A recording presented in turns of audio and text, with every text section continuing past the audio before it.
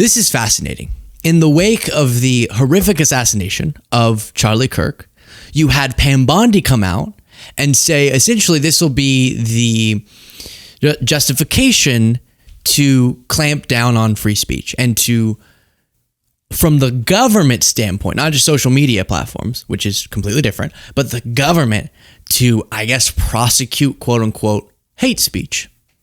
Things that are disgusting that get said in response to Kirk's murder, she's saying could be criminally prosecutable, which flies in the face, obviously, of the First Amendment. And what's fascinating is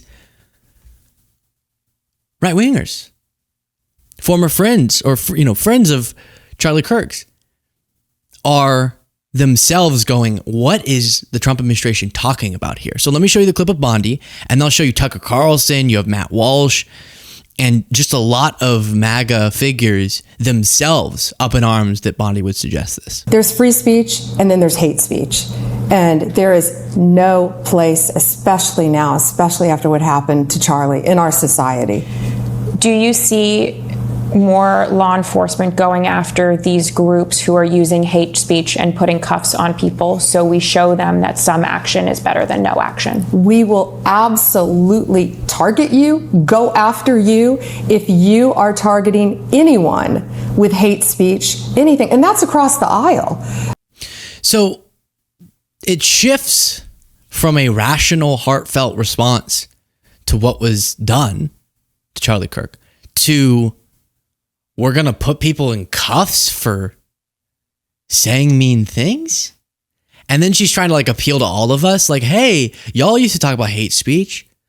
But again, a lot of that discourse, unless I'm missing something, was within the confines of social media platforms that are private companies that can choose so that it's a platform people like to use, rules for that platform. And if you've seen social media platforms try to go with no rules, with no terms of service, with no restrictions, no one likes using them because it just becomes a cesspool. So, but that's their prerogative.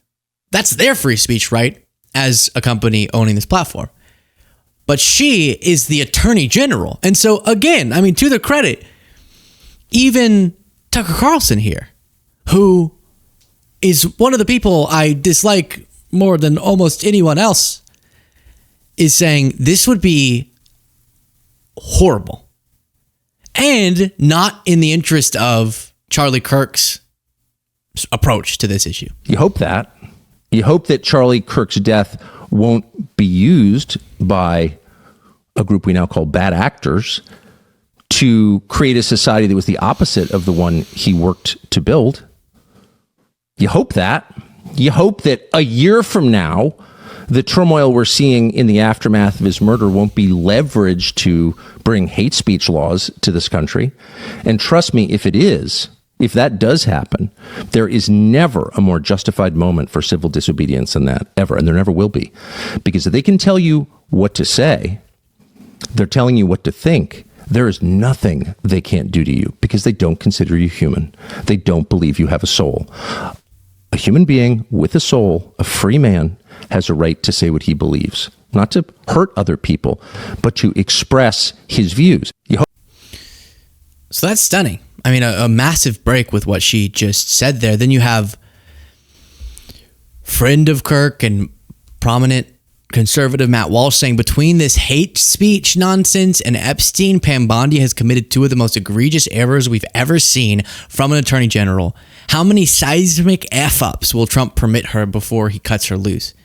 Is this a 10 strikes and you're out deal or what? And then also wrote in response to this clip, That's horrific. It's free speech, but you shouldn't be employed anywhere if you're going to say that. And employers, you have an obligation to get rid of people. You need to look at people who are saying horrible things, and they shouldn't be working with you. Businesses cannot discriminate. If you want to go in and print posters with Charlie's pictures on them for a vigil, you have to let them do that. We can prosecute you for that. I have Harmeet Dillon right now in our civil rights unit looking at that immediately, that Office Depot had done that. We're looking at that. But Sean, So in response to that, Matt Walsh said, "Get rid of her today. This is insane. Conservatives have fought for decades for the right to refuse service to anyone. We won that fight. Now Pam Bondi wants to roll it all back for no reason. The employee who didn't print the flyer was already fired by his employer. This stuff is being handled successfully through free speech and free markets. This is totally gratuitous and pointless. We need the AG focused on bringing down the left-wing terror cells, not prosecuting Office Depot, for God's sake."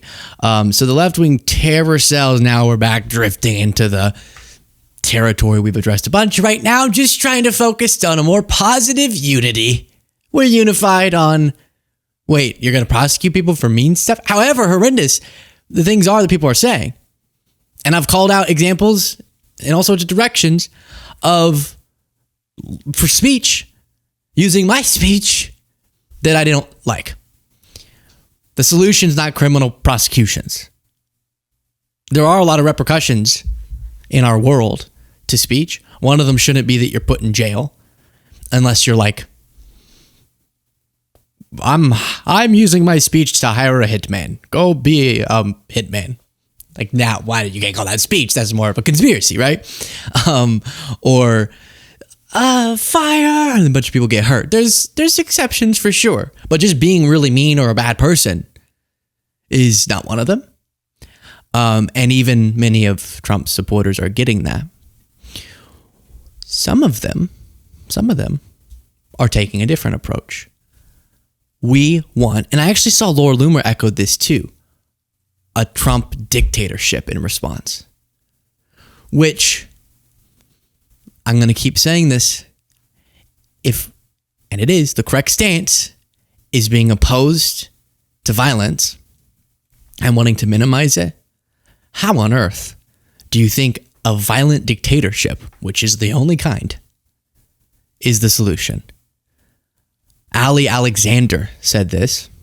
My attention is going to be on trying to get Kash Patel fired, trying to get Donald Trump off his fat ass to avenge his friend, trying to use state power to tell civil libertarians to shut up while we excise all of Antifa from our country.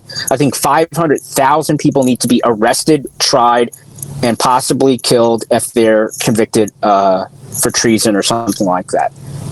I think America needs a penal colony. I do not want to coexist with these people. 500,000? I've heard of like 3.5 Antifas. 500,000 killed? And this is the frightening part, because we have seen promises of clampdowns that are not about justice or prosecuting the actual perpetrator. Obviously, Tyler Robinson, if it's still alleged, I guess, but the suspect and the ultimate perpetrator should be held fully legally accountable and punished in all the necessary ways. But now just going, and this is why we can go after a bunch of liberal groups we don't like, is insane. That had no connection to this, is absolutely deranged. I'll show you here Jared Moskowitz with a more rational take. And so this is the problem. Like, I don't want to have to say this garbage, but you want me to sit here and get painted with one brush, the whole left. No, there are extremes on the left, and there are extremes on the right. And we collectively should tackle that. But to come here and just look at us and say we all support what's going on in the extremes is why we can't solve anything in this building. Right. If we're mischaracterizing one another and you're saying all of the left loves this, then that's not a step closer. Or saying they need to be put in a penal colony. Penal? Then you aren't serious about a solution. And that is really, really tragic.